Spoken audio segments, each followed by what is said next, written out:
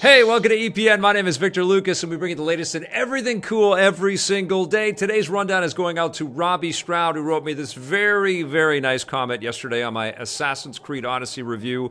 I finished it off with what an impact you've made on everyone, Vic, and that is just the sweetest thing. It really made my day. Thank you, Robbie. This rundown's all yours. Canada is going to take home the Stanley Cup this season if NHL 19 has anything to say about it. EA Sports has run a full simulation of the 2018-2019 pro hockey season using the same technology that runs their new game NHL 19. Believe it or not, their simulation predicts that the Toronto Maple Leafs will win the Stanley Cup this year, beating the San Jose Sharks in Game 7 of the playoffs. If true, this would be the Leafs' first Stanley Cup win since 1967 and the first win for Canada since Montreal won in 1993. EA Sports has a pretty good track record with their simulated sports predictions, but the real-life Stanley Cup playoffs are obviously a ways off, so we'll have to wait and find out how accurate they are. And congratulations to the Toronto Maple Leafs, who have won, at least in this virtual simulation. And I know that the parades are probably already starting in Toronto, but that's pretty cool. That is something to bolster, I think, the fans a little bit there, get them all hyped up for the new season. But I can tell you, the game is pretty slick. It's super fun to skate around. You feel like a champion when you score in that thing. They know their hockey over there. They live it. So we'll see. Let's see how the Leafs do this year. And hello to everybody in Toronto. Hope you guys are rooting for your team. All right, there's another big reason to be excited about Red Dead Redemption 2. It looks like the game's map is so massive that it includes and encompasses the entire map from the last game, with new locations added around it. This hasn't been confirmed by the notoriously secretive Rockstar Games, and an official version of the map has yet to be released, but Dutch gaming website Inside Gamer claims to have seen the final map and says that it includes everything from the previous game. If true, this means you'll be able to revisit all of your favorite locations and explore them all over again. Red Dead Redemption 2 rides into town on October 26th, as if you guys didn't already have that sick day already planned out. You're not going to school, you're not going to work, you're going to be home playing Red Dead Redemption 2. I know you, I see you. I'm going to be doing the same damn thing, although I'll be doing it with you guys, because that's what we do. Listen, I already did the re-explore the map of Red Dead Redemption 1. After I beat the game, that's all I did. I went around trying to find the people that had meant so much to me in the story, and I was so moved by the ending of the first Red Dead Redemption game that I was shell-shocked. I didn't want to leave. It's such an incredibly captivating universe, so the fact that we're re-exploring it from a different perspective, because I think this is all a prequel, I've sort of kept... I'm sure I've said the words, but I've sort of kept a lot of this stuff out of my brain around Red Dead Redemption 2. I want it to be as fresh as possible. And Rockstar Games, with their very secretive policies, helps to make that so, because they don't reveal too much until we actually get the game. And I think that's on purpose for several reasons. But October 26th can't get here soon enough. I am so excited about that game. All right, gamers can finally dig up an ancient artifact from the distant past of 1999. Woo!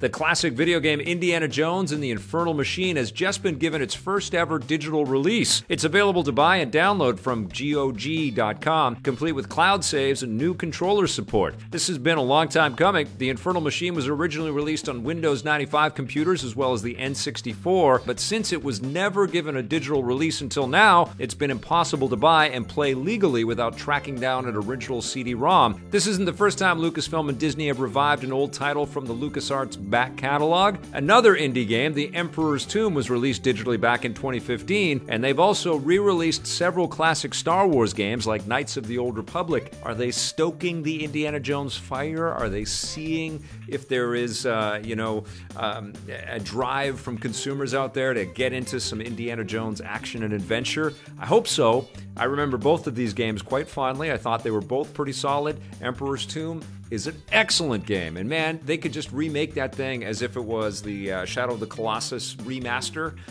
with new art and some more details in the bad guys, and make them a little bit more interesting and stuff. We will all believe it when we see it. But video games based around my favorite character, it's Batman, Indiana Jones. Those are my two favorite characters, but I cannot believe that we don't have more Indiana Jones games. It's crazy to me. Battlegrounds players have 13 million reasons to think the game is plagued with cheaters. More than 13 million cheaters have been banned from the game. That's according to information compiled from weekly reports that developer PUBG Corp has released since July of last year, with the majority of those 13 million cheaters banned at the beginning of 2018. Battlegrounds has developed a reputation for having a disproportionately large number of cheaters, something that hasn't helped the game as it faces stiff competition from rivals like Fortnite. Yeah, it's got, this is what happens, right? You come out, you're a success, it's like you're an old gunslinger, right? You all the young kids out there with their super quick draws, they come out after you, and that's what's going on with PUBG. Any crack, any sort of seam that we can see in the construction of PUBG is going to be compromised, either by people that will exploit that, cheaters, or by the competition out there who are going to say, well, we can do this, we can beat this. And I feel bad to the extent that they've made tons of money and they're very successful and they did something really cool and they still have millions of players and they're still making lots and lots of money. The question is how long is that roadway? How long do they have that business model survive, you know? And I feel like we report on a lot of the difficulties facing PUBG or a lot of the challenges that are sort of coming towards it, but all that really underlines is that they're incredibly successful as a corporation with an incredibly successful property, and when you breed success, you breed competition. That's all that means. And cheaters, apparently.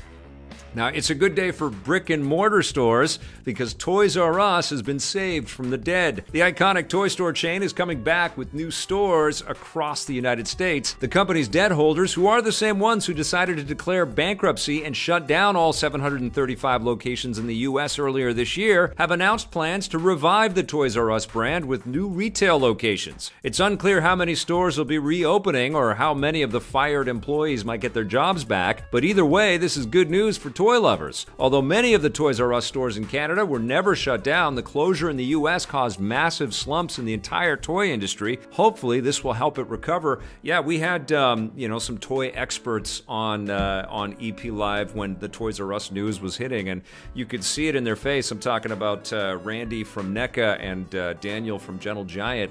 I am a massive toy fan. I don't know if you know that about me, but I freaking love toys. Toy Fair is one of my favorite places to go. I cannot believe the action figures and the collectibles and the Legos and all the amazing things that we can have on our desks and collect and all that. It's amazing, and it breaks my heart to see anybody kind of chipping away at the margins and these companies being able to thrive and invent and come up with new molds and new ways to kind of make this industry more exciting. And so when I saw the dismal expressions on Randy and Daniel's faces, it broke my freaking heart, you know? This is good news. And it should happen, and I think the timing is probably very appropriate because Christmas is coming, and I think that people are like, why don't we have Toys R Us's out there?